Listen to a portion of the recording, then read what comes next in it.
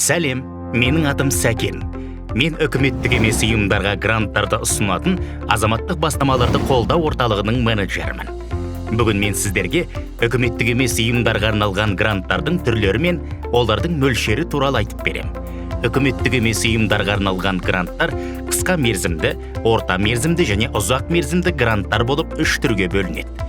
Қысқа мерзімді гранттар аудандық маңызы бар кемінде бір қаланың немесе ауылдың аумағындағы жергілікті міндеттерді шешу көздесе, орта мерзімді гранттар кемінде 2 облыстың немесе республикалық маңызы бар қаланың аумағындағы өңірлік міндеттерді шешуге бағытталған.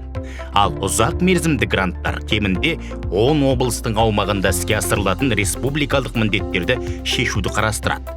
Қысқа мерзімді гранттарды іске асыру мерзімі 3 айдан 12 айға дейінгі, орта мерзімді гранттарды іске асыру мерзімі 1 жылдан 2 жылға дейінгі және ұзақ мерзімді гранттарды іске асыру мерзімі 2 жылдан 3 жылға дейінгі уақытты қамтиды.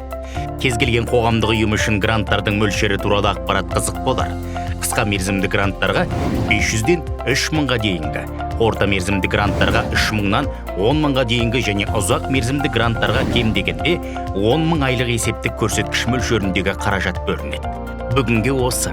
Келесі роликте мен сіздерге қысқа және орта мерзімді гранттарды ұсыну жөніндегі конкурстардың кезеңдері туралы айтып берем.